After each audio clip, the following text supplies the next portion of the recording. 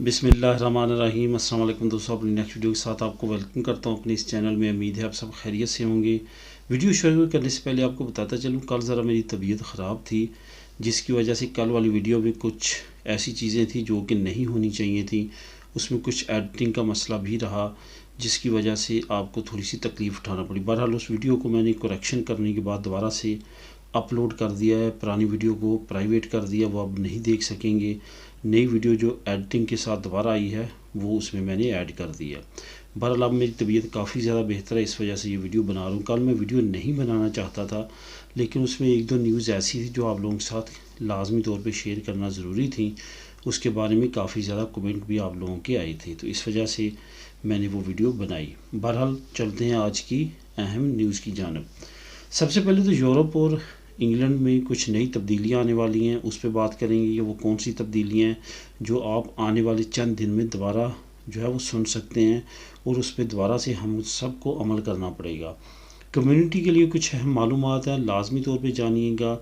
कुछ लोगों के साथ रब्ता हुआ जिनको कुछ मसले मसाइल रहे हैं, वो आप लोगों के साथ शेयर करूँगा, ताकि आप में से भी कोई बंदा उसमें आने वाले वक्त में ना जाए, क्योंकि आने वाले वक्त में अगर वो भी उसी राह पे चलते हैं तो उनके लिए भी बहुत बड़े मसले आ सकते हैं, और उनके डॉक्यूमेंट्स तमाम चीज़ें जो हैं वो रिस्क पे जा सकती हैं।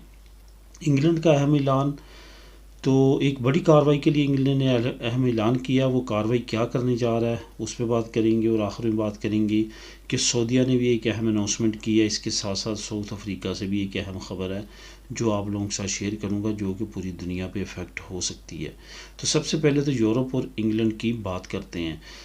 जैसे कि आप जानते हैं कि एक साल तकरीबन 4 महीने तक पूरी दुनिया बिल्कुल जो है वो बंद रही।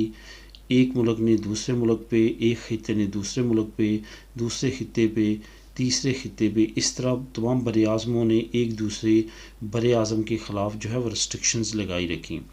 अब जो मौजूदा कंडीशन है वो ये थी कि अब बेहतरी की तरफ जो दुनिया थी वो जा रही थी, लेकिन जैसे जैसे सर्दी बढ़ना शुरू हुई है वो बेहतरी की तरफ जाने के बजाय दुनिया जो है वो रिवर्स जाना शुरू हो चुकी है।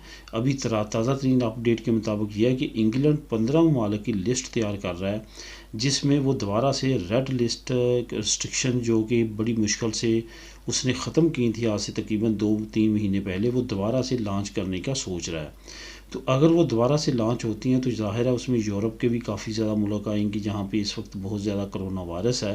ख़ास तौर पे Austria, Italy, Germany, Norway, Holland, ये ममालिक जो हैं इन पे काफ़ी ज़्यादा रिस्ट्रिक्शंस हो सकती हैं।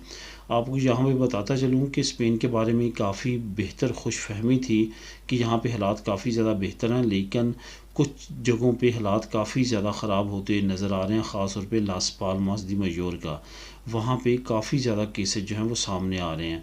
आपको बताता चलूँ कि स्पेन में जब भी लहरें गुजरी हैं, जैसे कि 5 लहरें कोरोना वायरस की गुजर चुकी हैं, पाल्मा दी मयोर्का वो एरिया रहा जहाँ पे सबसे कम अफेक्टेड मरीज़ हुआ करते थे। लेकिन इस लहर में बाकी स्पेन की निस्बत पाल्मा दी मयोर्का में सबसे ज़्यादा अफेक्टेड मरीज़ हैं। यही वजह है कि ऑस्ट्रेलिया ने, नॉर्वे ने और जर्मनी ने पाल्मा दी मयोर्का पे स्पेशल रिस्ट्रिक्शंस लगाई हैं, और यही ख़तरा ज़ाहिर किया जा रहा है कि इंग्लैंड जो रेड लिस्ट बनाएगा उस पर स्पेन का, पाल्मा दी मयोर्का जो है वो अहम हिस्सा, उस पर भी पाबंदी लग सकती है, क्योंकि इंग्लैंड से बहुत ज़्यादा लोग जो हैं वो पाल्मा दी मयोर्का आते हैं, क्योंकि वहाँ पे सर्दियों में भी मौसम काफ़ी खुशगवार रहता है। तो दोस्तों, आने वाले वक्त में ऐसी रिस्ट्रिक्शंस के लिए ज़हनी तौर पे तैयार रहें, अपने सर्टिफिकेट रेडी रखें। आपको मालूम है मैंने अनाउंस किया था लास्ट वीडियो में कि जुमे से ये अनाउंसमेंट शुरू हो जाएगी, ये काम शुरू हो जाएगा कि बग़ैर इसके आप किसी भी पब्लिक प्लेस पे कोई भी पब्लिक सर्विस नहीं ले सकेंगे, जिसमें ट्रेन, बस, टैक्सी, इसके साथ साथ मेट्रो, हवाई सफ़र, ये कोई भी चीज़ आप नहीं कर सकेंगे। इवन शॉपिंग सेंटर्स में भी इंटर नहीं हो सकेंगे, रेस्टोरेंट्स, होटल्स में इंटर नहीं हो सकेंगे, सिनेमा थिएटर में इंटर नहीं हो सकेंगे। इस वजह से अपना जो सर्टिफिकेट है वो लें, ऑनलाइन ले लें, या अपने हॉस्पिटल जहाँ से आपने वैक्सीन लगवाई है वहाँ से ले लें। जिन लोगों ने वैक्सीन अभी तक नहीं लगवाई वो एज सून एज अर्ली अपनी वैक्सीन लगवाएं, क्योंकि वही ममालिक में इस वक्त सबसे ज़्यादा केसेस हैं जिन ममालिक के लोगों ने सबसे कम वैक्सीन लगवाई है।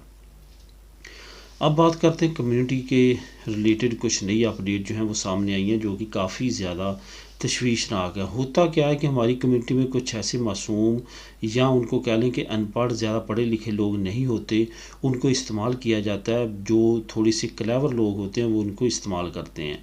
बिलाशुबा वो भी अपना जहन रखते हैं, जो अपना मुल्क छोड़ के यहाँ पे आए हैं वो इतने भी ज़्यादा कॉमन सेंस लेस नहीं होते कि उनको कोई भी यूज़ कर ले। ख़ुद उनकी भी कोताही होती है, क्योंकि इंसान हमेशा लालच में मारा जाता है। ये जो पिछले दिनों कुछ एक्टिविटीज़ हुई हैं जिसमें कुछ फेक नेशनलिटी के सर्टिफिकेट पकड़े गए हैं, इससे पहले लाइसेंस पकड़े गए थे और इस तरह की और भी काफ़ी एक्टिविटीज़ जो चलती रही हैं, जिसमें बड़ा हिस्सा जो है हमारी कम्युनिटी का रहा है, जो कि पकड़े जाते रहे हैं। अब अगर नेशनलिटी की बात करें ये सर्टिफिकेट्स की, तो यहाँ पे भी बहुत बड़ा हिस्सा जो है हमारी कम्युनिटी का है, जिसमें इंडियन, पाकिस्तानी, बांग्लादेशी और सबसे ज़्यादा पाकिस्तानियों की तादाद है, क्योंकि ओवरऑल भी पाकिस्तानियों की तादाद यहाँ पे ज़्यादा है। इस वजह से काफ़ी बड़ी तादाद उनमें से कुछ लोग ऐसे हैं जो कि बिल्कुल भी ऐसे हैं कि उनको इतना ज़्यादा नॉलेज नहीं था। उनको एक तरह से बहुत ज़्यादा आस उम्मीद दिलवाई गई, बहुत ज़्यादा यकीन दिलवाया गया कि इस पर कोई भी कार्रवाई नहीं होगी, आप सिर्फ़ और सिर्फ पैसे दें और ये सर्टिफिकेट लें और नेशनलिटी जमा करवाएं और आपका कोई भी मसला नहीं होगा। लेकिन आखिरकार मसला बना, क्योंकि कोई भी आप गलत काम करते हैं वो सारी ज़िंदगी का, एक तो आपको हर वक्त ख़तरा रहता है, दूसरी बात ये कि किसी वक्त भी आप पकड़े जा सकते हैं। वो गैंग जो आपको प्रोवाइड कर रहा है वो किसी वक्त भी पकड़ा गया तो उसने तमाम हिस्ट्री बतानी है जिनको उसने दिया है, और उन तमाम के लिए ख़तरा होगा, जिसमें आपकी नेशनलिटी भी जाती रहेगी। आपके लिए आने वाले वक्त में मज़ीद प्रॉब्लम्स हो सकती हैं, आपको कैद हो सकती है, जुर्माने हो सकते हैं। इस वजह से ये हर सूरत में एक अच्छा काम नहीं है। अब जो नई डेवलपमेंट आ रही है वो ये है कि ऐसे लोग जो ऐसे कामों में मुलव्वस हैं, जिसमें फ़ेक डॉक्यूमेंट्स बनाना या फ़ेक ऐसी आइडेंटिटीज़ बनाना, इनके लिए सख्त सज़ाएँ तजवीज़ होने जा रही हैं। पहले बाकी ममालिक में तो ऑलरेडी काफ़ी ज़्यादा सख्ती, जहाँ पे ज़्यादा से ज़्यादा जुर्माने किए जाते थे, लेकिन आने वाले वक्त में हो सकता है कि अगर आपके पास स्टेटस है तो स्टेटस भी आपका जाता रहे। इवन अगर आपके पास नेशनलिटी भी है तो आप ऐसी एक्टिविटीज़ में पाए जाते हैं तो आपकी नेशनलिटी भी ली जा सकती है। इस वजह से बहुत ज़्यादा बी केयरफुल रहें। जितना भी कोई आपको कहता है कि इस काम का आपने किसी को नहीं बताना, कम अज़ कम किसी राजदार, अच्छे दोस्त जो आपको समझते हैं कि आपका अच्छा दोस्त है और ज़रा सूझबूझ रखता है, उससे लाजमी तौर पे मशवरा करें। इवन आप कोई भी गलत काम के लिए हामी ना भरें और किसी को भी पेमेंट ना दें, ख्वाह आपको उस काम में कामयाबी हासिल हो या ना हो। इंग्लैंड का अहम ऐलान कि आप बड़ी कार्रवाई करेंगे। एक बैड न्यूज़ ये है कि इंग्लिश चैनल को अबूर करते हुए 50 लोगों की कश्तियाँ जो थीं वो डूब गईं। नज़दीक तरीन कोई नहीं था, जिसमें डूबने की वजह से उसमें से 31 से 32 लोगों की जो हैं वो डेड बॉडीज़ मिली हैं। 2 ज़िंदा बचा लिए गए हैं, बाकियों की डेड बॉडीज़ जो हैं वो लापता है। इट्स मीन कि वो भी वफ़ात पा चुके हैं, जाँ बहक हो चुके हैं।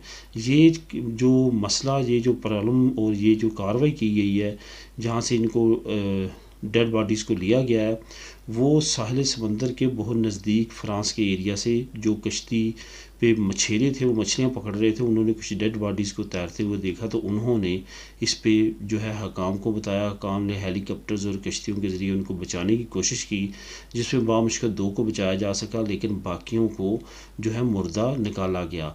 अभी भी डेड बॉडीज़ लापता है। इस पे अब बोरिस जॉनसन जो प्राइम मिनिस्टर हैं यूके के, उन्होंने बड़ा ऐलान किया है कि जो इंसानी स्मगलर्स हैं उनको अब हम नहीं छोड़ेंगे, उनके ख़िलाफ़ बड़ी कार्रवाई करने के लिए तैयारी की गई है।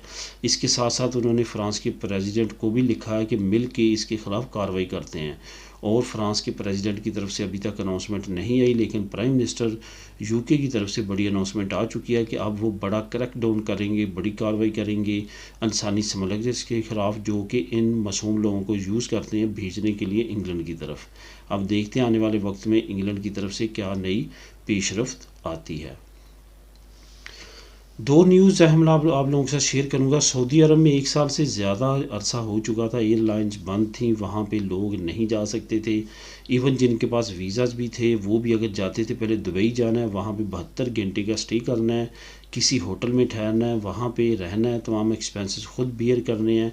तो टोटल आपका जो ख़र्चा बन जाता था वो 2.5 लाख से 3 लाख बन जाता था, जो कि नॉर्मली आपकी हज़ारों में टिकट होती थी, वो लाखों में कन्वर्ट हो जाती है।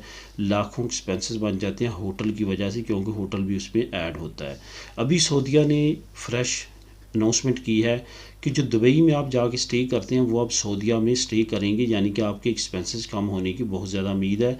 अभी तक होटल ख़त्म नहीं किया गया, होटल में आपको 10 दिन के लिए रखा जाएगा, लेकिन दुबई की निस्बत अब आप सऊदीया में रहेंगे, यानी कि आपके एक्सपेंसेस अब कम हो जाएंगे।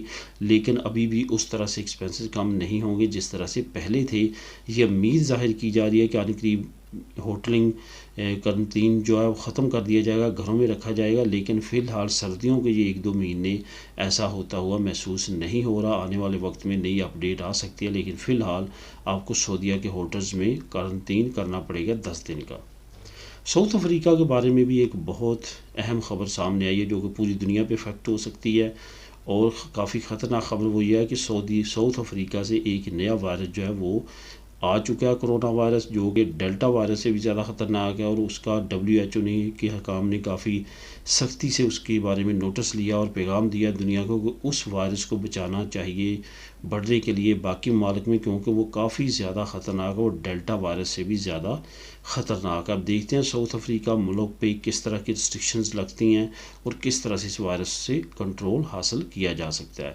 तो दोस्तों, ये थी आज की अहम न्यूज़। मिलेंगे नेक्स्ट वीडियो में नई न्यूज़ अपडेट के साथ। अल्लाह हाफिज़।